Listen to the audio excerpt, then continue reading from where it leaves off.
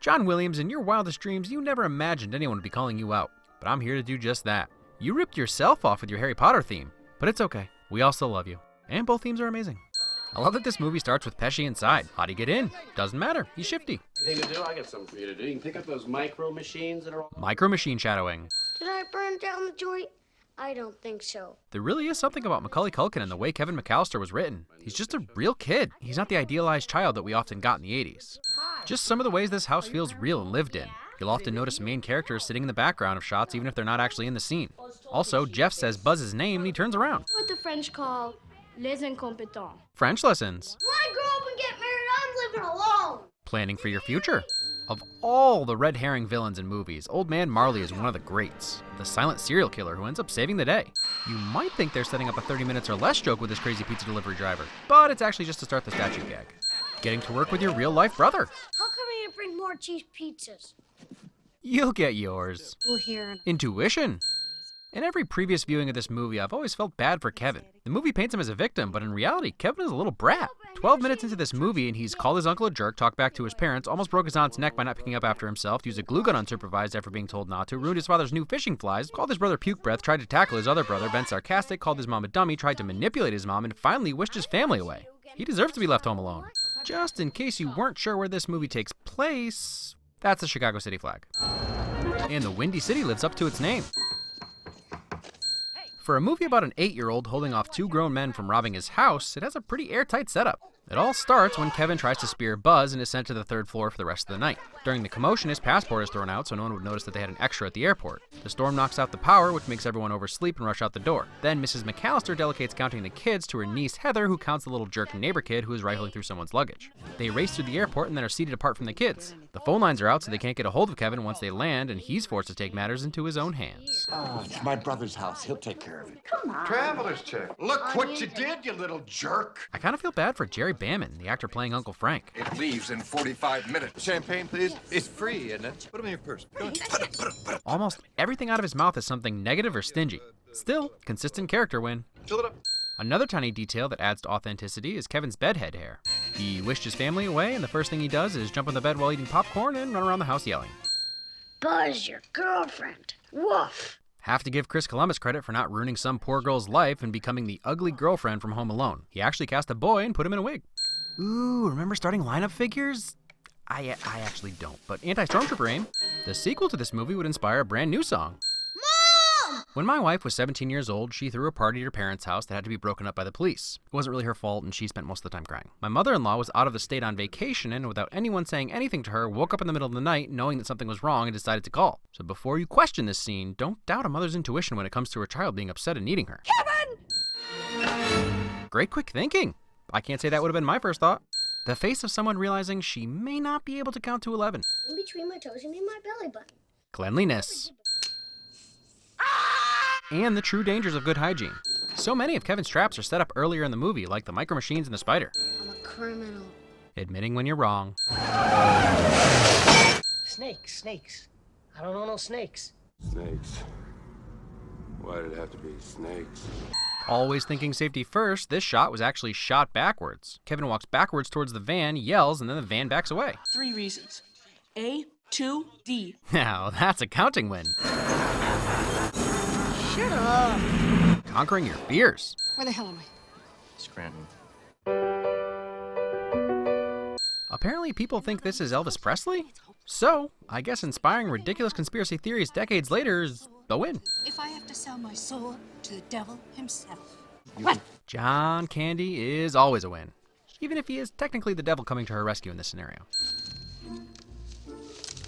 Man, those lights and ornaments really make that tree fill out. Dad, can you come here and help me? This movie is like a textbook on what to do during a home invasion. Or, more importantly, what to do when you've had so much food delivered that you need to pretend like somebody else is there to eat it with you. And it smells funny, that sort of thing. It's bothered me for years. The basements are like that. Look, dude, I wasn't done with my story. John Williams gets another win. This score is ridiculously amazing. Why the hell are you dressed like a chicken? You guys give up, or you're thirsty for more? And that promptly became my catchphrase for the next 10 years. The incompetence of Marv and Harry is one of the great things about this film. Even after multiple things happening to Marv's feet, he absolutely refuses to look down before stepping. I'll snap up your cojones and boil the motor oil! Wait, what? And it was apparently ad-libbed. Our house are being robbed. Kevin's old man Marley impression. Marv, what are you doing? Come on. Attempting to rescue your friend. And now for a torture montage.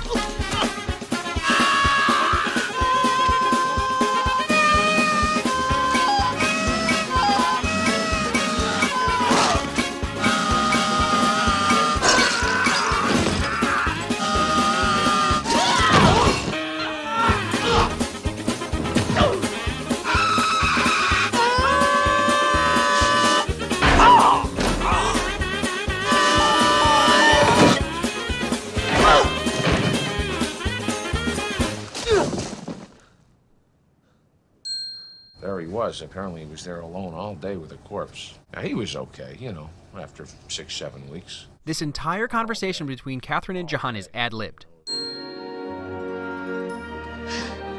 Hugging. Oh, he took the morning flight, remember? The one you didn't want to wait for? Haha, you just wasted 3 days of your life. Reconciliation and more hugging. Home Alone is basically a reimagining of The Christmas Carol. Kevin is Scrooge and his family is the stand-in for Christmas. It's slightly different, but see what you think. We see the ghost of family past with the night before the flight. Kevin's family picks on him and they're the reason he's a jerk. He's punished by not getting to go on the trip. The ghost of family present is this scene of Kevin watching this family have a Merry Christmas and all the scenes with Marv and Harry. It seems like a good time, but had he not wished his family away, he never would have been in any danger. The ghost of family future is old man Marley. He explains how he got into a fight with his son and is now not allowed to see his granddaughter. He even looks like a ghost. Okay, I realize it's a bit of a stretch, but the overall theme is the same. Be compassionate to the people around you and don't take what you have for granted. Maybe it's partly the nostalgia factor, but there's something about the way this film is made that just doesn't feel like a kid's movie. A lot of modern kids' movies have a certain dumbing down effect and they rely heavily on particular types of humor. Home Alone is a wish fulfillment kids film that also really appeals to adults. Also partly thanks to the uneasiness of the whole film. It's a comedy, but a lot of it takes place at night. William's score has some eeriness to it, and it's a pretty frightening situation for a 9-year-old.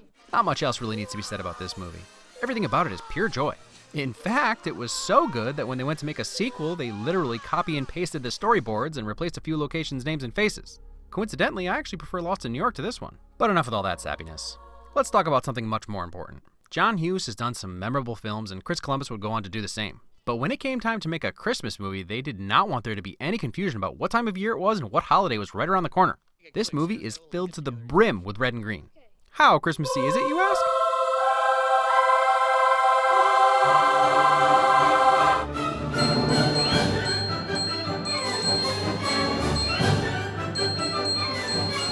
Hold on. Instead of boring everyone to death, just trust me. With the exception of a few scenes with Harry and Marv, every single frame of this movie is packed to the gills with red and green.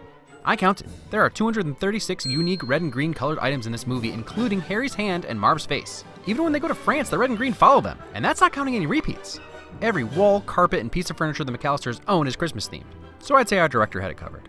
Merry Christmas and Happy Holidays.